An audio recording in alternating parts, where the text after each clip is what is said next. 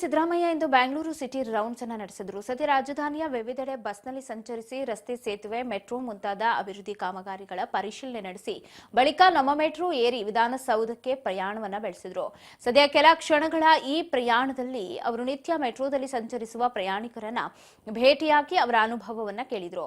ಜೊತೆಗೆ ಮಕ್ಕಳ ಜೊತೆ ಮಗುವಾಗಿ ಸಮಯ ಕಳೆದರು. ಇನ್ನು ಯಾವುದೇ ಸಮಸ್ಯೆ ಇಲ್ಲದೆ ನಿಗದಿತ ಸಮಯಕ್ಕೆ ಸರಿಯಾಗಿ ತಲುಪಬಹುದಾದ ಮೆಟ್ರೋ ರೈಲು ಬೆಂಗಳೂರಿಗರ ಸಂಚಾರ ಜೀವನಾಡಿಯಾಗಿ ಬದಲಾಗ್ತಾ ಇದೆ. ಹೀಗಾಗಿ ಕಾಮಗಾರಿಗಳಿಗೆ ವೇಗ ನೀಡಿ ನಗರದ ಬಹುತೇಕ ಪ್ರದೇಶಗಳಿಗೆ ಮೆಟ್ರೋ ಸಂಪರ್ಕ ಕಲ್ಪಿಸುವುದು ನಮ್ಮ ಗುರಿಯಾಗಿದೆ ಅಂತ ಹೇಳಿದರು.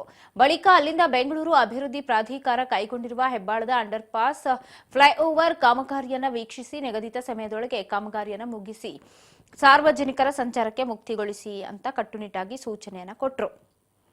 ಕೆಲವೆಡೆ ಕಾಮಗಾರಿಯ ಗುಣಮಟ್ಟ ಕಾಯ್ದುಕೊಳ್ಳದಿರುವುದನ್ನು ಕಂಡುಬಂದು ಕಳಪೆ ಕಾಮಗಾರಿ ಸರಿಪಡಿಸಬೇಕು, ಹಾಗೆ ಈ ತಪ್ಪು ಮರುಕಳಿಸದಂತೆ ನೋಡಿಕೊಳ್ಳಬೇಕು, ಇಲ್ಲದಿದ್ದರೆ ಸಂಬಂಧಪಟ್ಟಂತ ಗುತ್ತಿಗೆದಾರರು ಅಧಿಕಾರಿಗಳ ವಿರುದ್ಧ ಕ್ರಮ ಕೈಗೊಳ್ಳುವುದಾಗಿ ಎಚ್ಚರಿಕೆಯನ್ನು ಕೊಟ್ಟರು.